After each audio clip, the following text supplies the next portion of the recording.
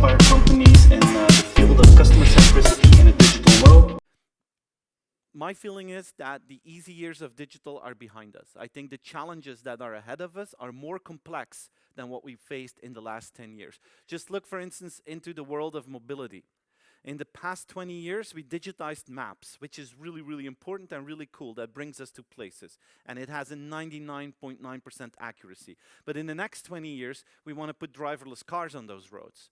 Look at healthcare. In the past, in the last 20 years, we discovered Dr. Google. And we know how that one works, right? Then you have a headache, then you tell Google, hey, Google, I have a headache. And then Google tells you, you will die. Slowly and painfully. That's how Dr. Google works. In the next 20 years, we're talking about CRISPR technology and editing DNA. Look at the early days of Amazon, the early days of e-commerce. Jeff Bezos said, I don't want to do the shipping, I don't want to do the warehousing, I just want to have the platform. Today, Amazon is building the largest logistics fleet the world has ever seen. So in the early days, it was like cheap and easy. Today, it becomes complex and expensive.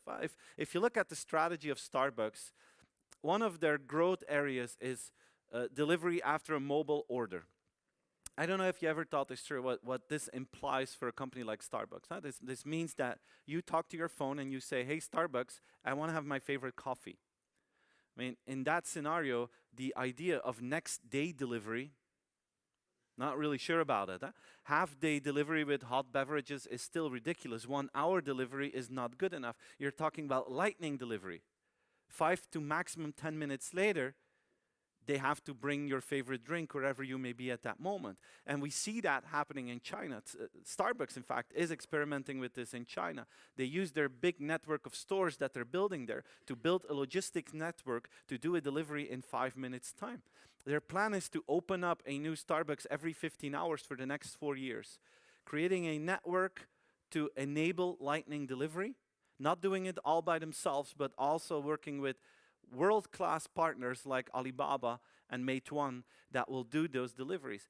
But you feel that these kind of deliveries are far more complex than just sending a book that can be there the next day. And you feel how competition is becoming more complex. In the past, you had company A against company B against company C. Today, it's more network A against network B, platform A against platform B. You see that in the automotive industry, for instance.